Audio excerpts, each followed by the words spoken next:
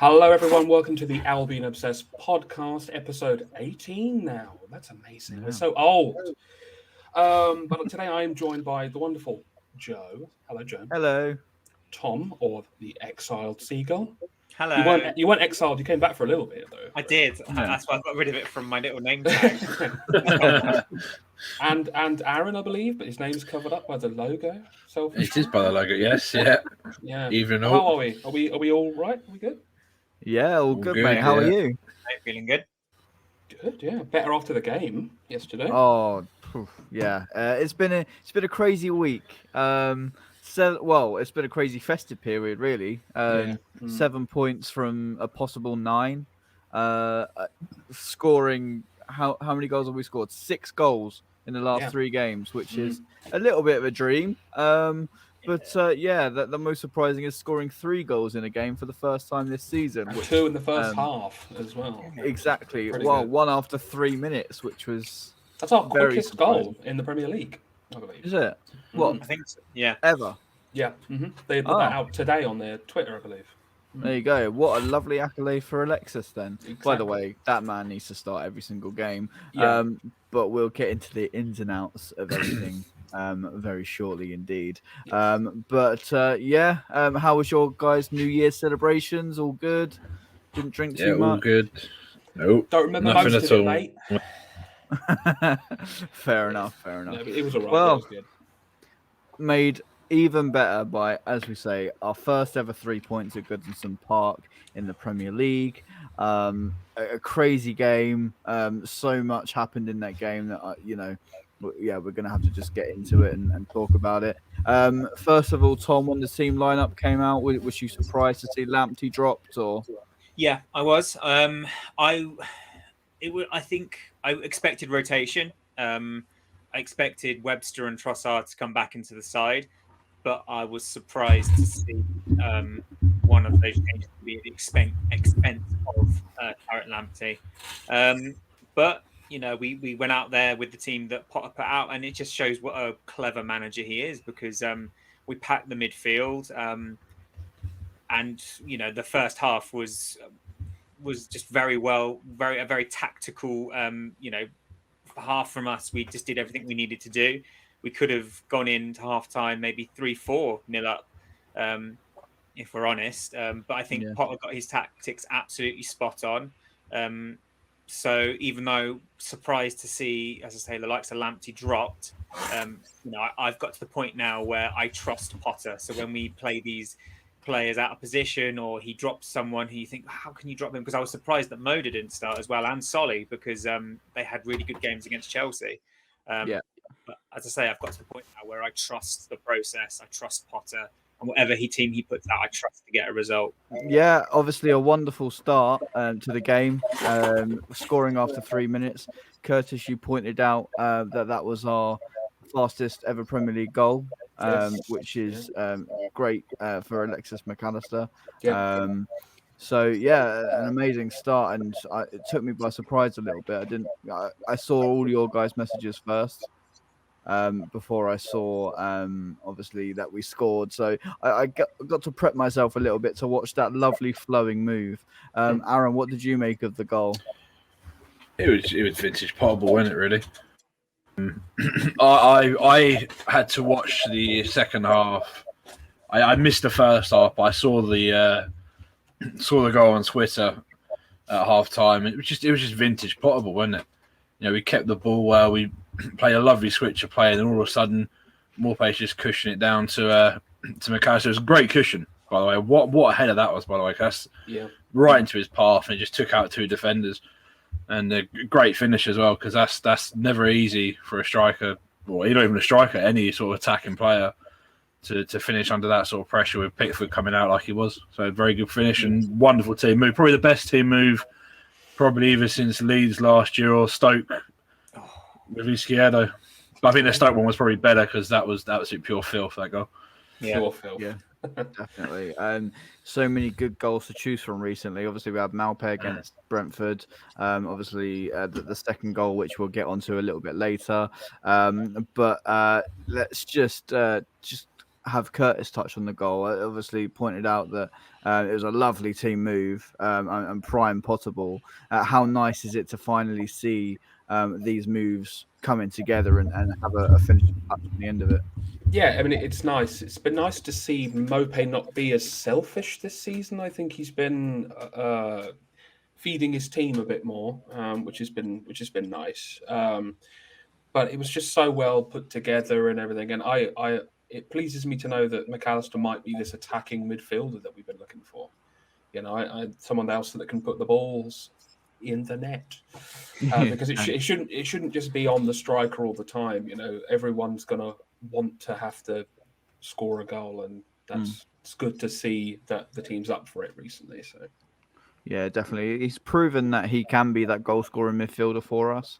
He scored a good few goals for us in his time with us. I think 4 this season. I liked that Burnley goal he scored. I think it was against. Yeah, Burnley. that was a beaut. I think Neil was about to tuck that away, but McAllister just nipped in there before him.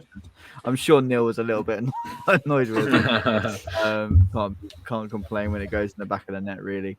So it's great to see, as you say, Kurtis, that hopefully he will be that additional creative outlet. Yeah, and people are saying it all over Twitter as well that this guy has to start in the future. And for me, after the few performances he has put in, I feel like he should be one of the first names on the team sheet. One of the names that Tom didn't include, I think, was it? Yeah, I didn't include him in my starting.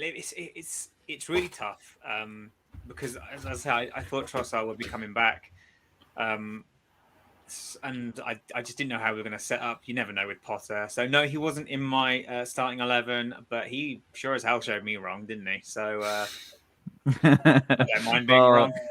And that's just football for you. It can go either way. Just touching on the second goal, because I'm quite excited to see how Aaron feels about this. Oh, I love that goal so much, by the way. The myth, the legend, at the back post, Daniel Byrne. Aaron, talk us through it. I screamed like a little kid when I heard it on the radio, I'm not going to lie. Awful defending. I'm going to state the obvious right now. The defending for that goal was atrocious. But I've been saying this since the start of December. The guy is thank you, Kurtis. The guy is a god amongst us mortal men, and he proved it yet again. And not even with the goal, his performance in general was superb. And it seems like we talk about this every week at the moment. Just how good Dan Burn has been, how good, he's just been from not out of nowhere, I guess, but I think he's playing in his position, which is centre half. If we didn't sign Crew Correa, he would have still been at left wing back, and we would not be having this conversation right now. But with him in his position, natural position, which he's played at Wigan, he's played at Fulham, he just looks like a completely different player. He looks like a prime Maldini. Can confirm. For Dan Burn, clean sheet against Brentford, pocketed Lukaku, scores against Everton. What a week. Yeah, it's made Lukaku not want to play for Chelsea anymore. It's pretty amazing. Well, to be fair, if you're up against Burn, you just want to leave the league straight away, wouldn't you? Really, you're like, I'm going to get nothing out of him. Yeah, you're like, 2 Jesus games. Christ! All right. Yeah, you get it. He's so high up, I can't even see who it is. We're going to talk about the assist for the goal from Mwepu. Yeah, that was good. He was great as well yesterday. Yeah, two amazing assists. Obviously, we'll come on to the second one a little bit later. But the flick header, which took the whole Everton team out of the equation. Over everyone. Yeah, and then there's Dan Burn just ready to stick it in the back of the net. And he hasn't had the best of fortunes in front of goal for us. I know when he first started playing for us, he had a few offsides. Yeah, which were I even really think unfortunate. He himself when he scored it. Yeah, when he ran off, he was like, "What do I do?" It's just great to see. Obviously, he was rewarded. I don't know if you guys play it, but on FIFA, he was rewarded with a lovely Team of the Week item. I saw it. Will he get a second one this week? We'll find out. Yes, he should. Do. But he should. So should McAllister. So I think McAllister will get one for sure. But yeah, that's the exciting nerdy thing out the way for me because I just love Brighton special cards. Yeah, obviously then after we went 2-0 up, we gave away a penalty. It was Enoch and Wepu who made the challenge on Gordon. For me, I don't. Let's just put this out there. For me, it was definitely a penalty. Tom, what do you think? I think at the time I was a bit. Bearing in mind, I'm watching this on the M25 on my phone. At the time, I was like, "Nah, it's a shoulder." Not driving. Not driving. Not Oh, driving. no, not Swerving, driving. like, Yeah. I hate. Yeah. bloody hell. No, I got. Just for I point out there for you, mate. My wife was kind enough to drive us back, so I could to listen and attempt to watch the game with intermittent internet. But no, at first I thought, nah, it's a shoulder barge. But then upon seeing it back with better internet connection, I think if that had happened against us, I would be fuming. So yeah, it's fair dues. It was a silly thing to do because you know there was no. I know it was in the penalty area, but I didn't perceive there to be a threat at the time. So yeah, silly challenge. Yeah, he was going away from goal for sure, and something that we've been defending really well is crosses into the box. I think, especially in open play at the moment. So yeah, he didn't have to make that challenge. Aaron, was it a penalty for you? Yes, but I can understand why the ref didn't give it straight away. For me, when I first, same as Tom, really. When I first saw it, because I've only literally just watched the penalty miss about 10 minutes, 15 minutes ago, and when I saw it, I was like, no, look, shoulder to shoulder, didn't really look much wrong with that. Watched it slow motion, but then watch it slow motion, and then you can clearly see there's no need for it. Like, it's more of a shove in the back than shoulder to shoulder, and yeah, so that's the reason why it was given 100%. Like I said, I can understand why it wasn't at first. Yeah. But then that's what VAR is there for. Really, it makes a change from getting used correctly than what it has been the majority of this weekend. So it makes a change. Exactly that. And Kurtis, you when I was asking the question, you said definitely a penalty. So no qualms with that one. Yeah, I mean, like immediately I was just like, oh, bloody hell, yeah, that's a pen. You just realise it, like bugger. But luckily enough, they missed, so that's good. That is true. And as I was saying before, my microphone cut out earlier in the podcast. Sanchez, I don't think Aaron has saved a penalty for us yet in the Premier League. It's not, no. So I wasn't filled with confidence. But to be fair to him, he actually went the right way, and his hand wasn't too far away from it. What did you think from a goalkeeper's perspective? It's just a lottery, isn't it, with penalties? So it's one of the, I suppose, different from my level to obviously professional level, where you will study certain things. But with Calvert-Lewin, he's not played for God knows how long.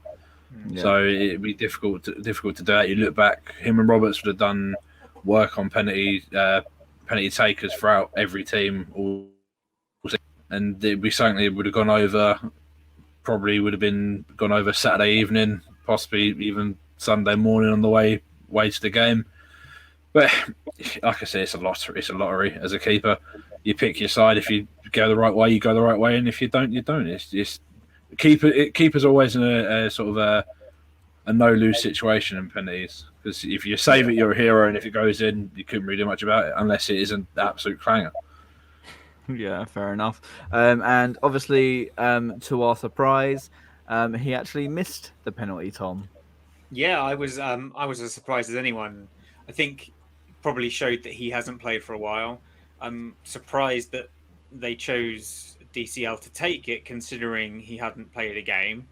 But I suppose if he's their penalty taker, he's their penalty taker. But it was, I don't know if he turned up to a rugby game, because I think that was like what you'd see between the posts at rugby. But no, thank goodness from our point of view that it was a really poor penalty. We managed to keep the score to 2-0 going into half time, which I think was really important, because Everton hadn't really showed up in the first half, but you could guarantee that they'd come out in the second half and they would be a damn sight better than they were, which ultimately happened. Yeah, exactly. When we went in for that second half, for half time, I was thinking, well, much like every Brighton fan was thinking, just more of the same. 45 to go. Surely the performance levels can't drop that much to warrant us to lose this game or even let them come back in and draw it. But as you say, Everton did come out with a little bit of spirit and pushed us all the way. And the second half performance from them was 10 times better. I thought they were really, really poor in the first half, and no surprises that the Everton fans booed them as they walked in. I wonder if that'll be in the national news. Well, exactly. Yeah, that's exactly what I thought. Constantly for weeks and weeks afterwards as well. Still being mentioned now. Yeah, somebody even mentioned it this morning, I think, and I saw that. Tweeted back and said, are we still on this? Really? Apparently. But whatever. Oh, Joe, before we go any further, I just want to say that the dress is gold and white, by the way. Oh, it's absolutely not. Sorry, this is a Twitter 2017. This is a Twitter spat. I shared again the blue and black It's dress. blue and black. I'll tell you what, not. Absolutely I know we're completely digressing, but earlier I looked at it, and as I looked at it, it changed from white and gold to blue and black. As I was looking at it, I was like, man. Are you lot blind? That's the human eye is just incredible. Hold on. Oh my god, it is white and gold. Anyway. Where were we? Talking about Everton coming back out in the second half. I thought Gordon was a real threat to us. I put on the group chat I really didn't like him, and Kurtis said, he's a good player though, and I was like, that's why I don't like him. I thought he was going to be the guy to ruin our day, score a hat trick. It was looking that way as well. It was. He caused us all sorts of problems, and Everton, I think, were very lucky that they had him on the pitch, because I don't think they would have created much more without him, to be honest. I don't know what you guys think, but yeah, he scored. He got the goal to make it 2-1. And it was a huge deflection, though. Yeah. To be fair, it was. Lallana, dangling foot. He was still creating stuff all game. Oh yeah, 100%. So it's if you have a shot, you've got at least a small chance of it going in. Deflection happens. Sanchez was fuming. Saw him punch the ground. You would be with that. But yeah, we found it within us to step up the performance again. Potter changed the shape really well, I thought. Brought on Tarek Lamptey to provide that extra width. Shane Duffy as well. And yeah, let's just talk about that third goal from Alexis McAllister. Again, Enoch and Wepu with a fantastic assist. And I think the net almost came off of its hinges, Tom. It was incredible. It was just again. It all starts with Dan Burn. Dan Burn's interception. He comes out of defence, picks up the ball, and it's just once again, it's just prime Potter ball.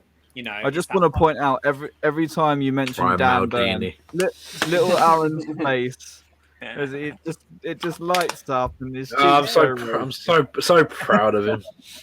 Sorry, it all starts with Dan Burn's interception, and then it's a lovely ball in by Trossard.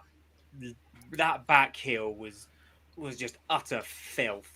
To have the confidence to do that, and then obviously the goal was incredible, brilliant goal. Yeah, when we went 3-1 up, I was like, yes. I just missed it. I was looking at my phone. I was just scrolling or whatever. My brother went goal. I went, oh right, yeah, yay. Then of course, in classic Brighton fashion, it's like being a Brighton fan from like 5 years ago. We conceded almost straight away. Yeah, that was the goal, because the goal. I think that's a potential goal of the season contender right there. I think we've had quite a few over the last couple of weeks. Yeah, 2 in that game, to be fair, because the team move for the first one was absolutely delicious. Are we going to miss out the main goal of the season, or are we just going to ignore that one? What, Dan Burn? Dan Burn header at the back post. That's the goal of the season right there. I don't end the poll. he was asked in an interview which goal was better, his or McAllister's, and he went, Yeah. "Mine, obviously." Yeah, obviously, yeah, of course. What a guy. Also, We just got- touch on we Dan gotta- Burn as well. Yeah, Sorry, before Curtis, go on. but I was about to say we've got to talk about the assist again to set up that third goal because it was just so nice. Yeah, and Enoch Wepu again. again. I tweeted out on Albion Obsessed this morning. 3 assists in 3 games for him. All of them world class as well. Yeah. You know, the pass to Trossard, the flick, the back heel, it's just unreal, and he's proving to be such a shrewd signing. Yeah, he is, isn't he, Aaron? He is, isn't he, Aaron? I'm not gonna comment. The Trossard one was overhit. He got very lucky, but other than that, yeah, he has played quite well. He has played well. He has played well. Everyone has, though. To be fair, everyone has, and credit where credit is due. Last 3 games has been superb. So I'm not even gonna moan. Or I did see that tweet and went, yeah, but no, credit where credit is due. Yeah, there you go. But yeah, I was just going to touch on Dan Burn again. After the game, I saw a lovely tweet that he'd given his shirt away to a young fan, which was absolutely brilliant. Aaron's fuming. I would have loved to see a picture of Aaron in the big shirt like that. Yeah, I probably would have cried. To be fair, Curtis, I probably would have cried. Brilliant. Maybe, Joe, when we're at the Hawthorns, if Dan Burn plays, we can be like, Dan, can we have your shirt? Give a shirt to my son, and you're holding up Aaron like that. we're taking. Who the hell's going to hold me up? Jesus. Oh man, but yeah, as you said, Aaron, the last 3 games have been absolutely phenomenal. And we are in dreamland again. You know, we're 16 points away from the relegation zone. We're in 8th place in the Premier League going into 2022. We're looking up towards Manchester United, West Ham, those European places. That it's really not out of the question. People were laughing at us at the start of the season when we were saying it, and yes, it was maybe a bit more of a joke, but to be honest, it can happen. Tony Bloom wants us to be a top 10 Premier League club all the time, so why can't we compete at this level? And it's shown over the last 3 games that we can. Obviously, Brentford have done really well this season, and then going up toe to toe with the European champions and playing them completely off of the pitch. And then Everton, they're not a bad side at all. We mentioned obviously they've been Benitez'd a little bit, but you still have to beat what's in front of you, and it's absolutely wonderful to see. Obviously, we've got a little bit of a break now going into the FA Cup. Which me and Tom will be there. We're going to be doing a little vlog, so come say hi and we'll get your predictions on the camera and we'll get you on the channel. So, yeah, it's going to be great fun. But yeah, I guess I just ask you guys for your man of the matches for the Everton game. I can hear the brains ticking. I mean, Well, I think it's going to have to be Alexis, I think, purely just for scoring 2 of the goals. Yeah. But also, everyone, make sure you book your tickets for the European tour we'll be taking. Don't forget to do that. No, but honestly, I just think Alexis, he was just really, really, really good. When he wasn't even scoring, he was just good. So yeah, his all-round game was decent. Yeah. Yeah, McAllister, Kukurea, another was very game. Mwepu, decent. Obviously, big Dan Burn. Again, I think Dan Burn's performance was pretty decent because, again, you know, he had to mark a really good striker in Calvert-Lewin, who, again, we've said that he's been off for a while, but he's still a really dangerous attacker. And once again, he's come up and he's done his job really well, and he got a goal. So for me, it is McAllister, but similar to Chelsea, there are just so many players that you could point to and say they've had a really good game. The only player that I thought didn't have the best game was Lallana. But I think, I don't know why that was, but I thought he had a really good game against Chelsea. And I know a lot of fans are giving him a lot of hate at the moment, which I find a bit bizarre. Didn't have the best game against Everton, but he wasn't terrible. No, anyway. No, absolutely not. Yeah, maybe a little bit quieter than he normally is. I remember the commentator mentioning that he was a boyhood Everton fan, and there you go. He scored for Everton. Lovely. Then Aaron, Everton were booing him, the fans were, when he came on. I know. So. Imagine that getting booed by the club that you used to support. Brilliant. Aaron, who was your man of the match? Yeah, Danbo? wonder. Alexis McAllister. No, Alexis. This isn't the Dan Burn podcast. If it was, it'd be great. I couldn't get anything better than talking about Dan Burn for 50 minutes every sort of 3 or 4 days. It'd be great. But no, McAllister for me. He was superb. 2 goals, 2 really well taken goals, and just an overall good performance. An overall very good Christmas period, which is unusual for us. We normally struggle at Christmas. Yeah. So we take those. We do take those. And we got, like you said, we got West Brom Saturday. I would imagine quite a few changes. I'd imagine it'd be similar to the Carabao Cup. Sorry, living in the past. So quite similar teams to the teams we put out in that competition. So really, focus will really be on the Friday the 14th. Mm-hmm. Yes. Which I am, nervous already, and it's still weeks out. Yeah, the best part is that the full-time whistle when we've either not lost or beaten them heavily. Yeah, after the Dan Burn hat trick that secures us the win. Oh man, I'm just gonna call this. That right there would be. Geez. I think I'm just going to change the name of our podcast to Dan Burn Obsessed. But, yeah. Might change my Twitter handle to that, to be fair. Do it. As you say, we've got the old enemy next in the Premier League. After our trip to the Hawthorns, and as you say, really nervous for that one. It's a weird time to be playing them on a Friday night at 8:00. I think you touched on it, Aaron, a few podcasts ago, that the police is going to be a little bit horrific and not the best time to play there. But yeah, how were you feeling, Kurtis, ahead of that one? I don't know, man. I'm never sure when it comes to the Palace games because it never feels like we play very well against them anymore. When it comes to Palace games, I'm going to try and remain confident now. I think we'll win. Yeah. We'll take that. Obviously, they don't have the crybaby playing. He's going to the African Cup of Nations. So I will be glad that he's not on the pitch because he always turns up against us and always scores. He likes to score. Mm-hmm. Yeah. Tom, how are you feeling? Oh, sorry, Aaron. I would say he doesn't. He scored. He doesn't turn up. He's only turned up twice against us in the playoffs and a couple of years back. Yeah, I mean, he scores. He doesn't do anything.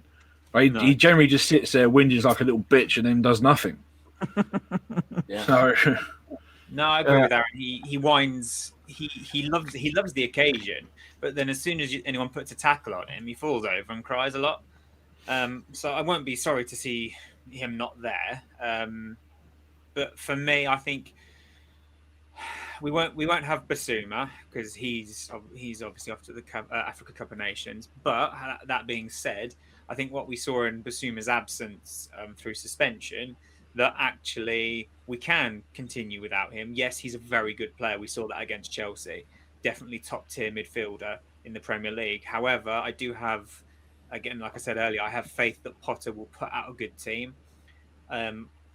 I know the result last time at the Amex wasn't great, but we did play them off the park. We absolutely battered them.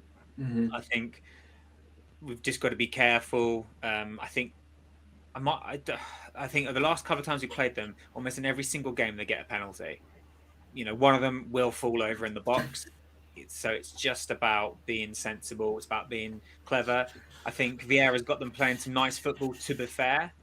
But I also think they are vulnerable. And I think that if we keep playing with the confidence and just the professionalism that we've been playing with as of late, I think, again, it's one of those games where I can see us coming away with 3 points if we turn up.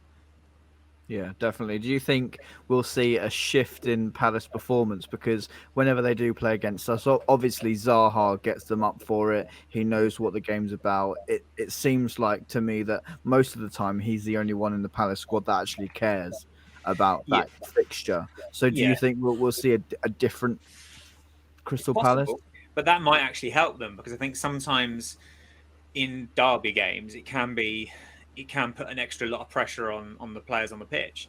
So it might actually help them if their players couldn't give a toss. Obviously, it just depends because we know that Lewis, like the likes of Lewis Dunk, Solly March, they get it. Because they're Sussex lads. Webster, he'll probably get it as well. He might not be like from Brighton; he's from Chichester, but he'll still probably understand. Mhm. But if the Palace players don't really care, that might actually help them out because there might not be as much pressure on them. But it's all Yeah. about keeping them quiet. If you keep them quiet, score early, the Palace fans will quickly get on their backs, and then I think that's when you know you've you've got a chance to see out the game. We just don't want an excuse to let them back into the game. I think it's all about keeping them quiet for as long as possible, just Yeah. refusing them back into the game. Yeah, there have been a few silly challenges in the previous games in and around the box that haven't pleased me very much. Obviously, we gave away a penalty against Everton. We probably should have conceded a penalty against Chelsea. Depends, obviously, what way you look at it. But yeah, I feel like we're getting a bit too, I don't know, clumsy. I think is the word I'm trying to find. So hopefully that can be stamped out. Obviously, these mistakes are there to be made so you can correct them. So as long as they are corrected, I won't have any more issues with that. But it's a huge game. Graham Potter's been here long enough to know what this game means to the fans. He's been here long enough to know that obviously we don't normally turn up against them. So let's hope to see a similar performance to what we saw in lockdown, but hopefully, obviously, a different result. Because as you say, Tom, we did batter them, and how great would that be to see that on with a full Amex, the crowd roaring behind them. Because I'm sure if we had the full crowd in that lockdown game, we would have been the 12th man to see us pull that goal into the net. Pull that ball into the net and come away with 3 points. Very nervous for it, but should be good times. It's the game I hate the most. This one. Yeah. I know quite a few Palace fans. I play football with a couple of them, and it's just always it's just always a horrible game. I think I've only seen us beat them once at the Amex, which was Glenn Murray scoring with his penis, which was rather amusing, right in front of us in the North Stand, and I hate it with a passion. And I know what Tom said. There's some players in that dressing room that might not get it in Selhurst, but one of the guys I used to play football with, his brother is a Palace kitman, and they know what it means. They know what it means. That's not very promising, but oh well. We'll see what happens. I've seen us beat Palace twice at the Amex. Unfortunately, I wasn't at the St. Patrick's Day massacre, but I was there for the 3-1 and Andone run from the halfway line, and the one where he scored with his bits as well, which was amazing. 90th minute, wasn't it? Almost. Was that the cup game? Yeah, FA Cup game. Yeah, Stevens scored, and then Murray scored in the last minute. Yeah, and it went to VAR, and we were all crapping ourselves because I think that was the first ever use of VAR. It was, it was. That long ago now. Christ. Yeah. Crazy. But as we said earlier on in the podcast, we do have an FA Cup trip to get through before we play the old enemy at the Hawthorns against West Bromwich Albion. So what are we feeling for that one, guys? As you say, Aaron, we might be fielding I don't want to say a weaker team, but I'll say our promising prospects. Yeah, I expect a lot of changes. I'd expect you'll probably see Steele in goal. Then you'll probably have Roberts and Co making the sort of FA Cup games first. Obviously playing in the Carabao Cup. Mate, I'm so stuck in the olden days. It's a joke. And then you'll see, I hope Ferguson may get a start and maybe Welbeck as well, because it'd be good to get him some match time on his way back from injury. Midfield, I think the centre backs will be where we'll see the most change. I would imagine. Obviously you want to try and rest as many players as possible, realistically. So I would probably play 4 at the back with probably Veltman right back, and then you would have probably, I'd imagine, go Duffy, Roberts, and someone at left back. Probably, I'd probably put a youngster in there, to be honest, and then the midfield 3 of some handful of youngsters. Maybe start Leonard, then just sort of mix and match. Don't want to put too much inexperience in there, because otherwise it's a bit unfair on them. But you don't want to put your full strength 11 out, because like you said, we've got a massive game coming up on the Friday. Yeah, exactly that. Kurtis, have you got much the same view? Would you rather see our youngsters play? Yeah, I think a good mixture of the both would be good. I'd like to see Richards play. I think that'd be good, because I know he's been benched for us a few times, and I think he could use the game time. But yeah, I pretty much agree with everything Aaron said there. So yeah. Fair enough. And Evan Ferguson, Tom, do you think this will be his chance to shine? I hope so. I've said it before on the pod. I've said it on Twitter loads. I don't think we've got the depth up front. So I think he's the only, unless you're going to play Mope, he's the only one you've got. I wouldn't risk starting Welbeck personally. I'd probably bring him on in the second half just to get minutes under his belt.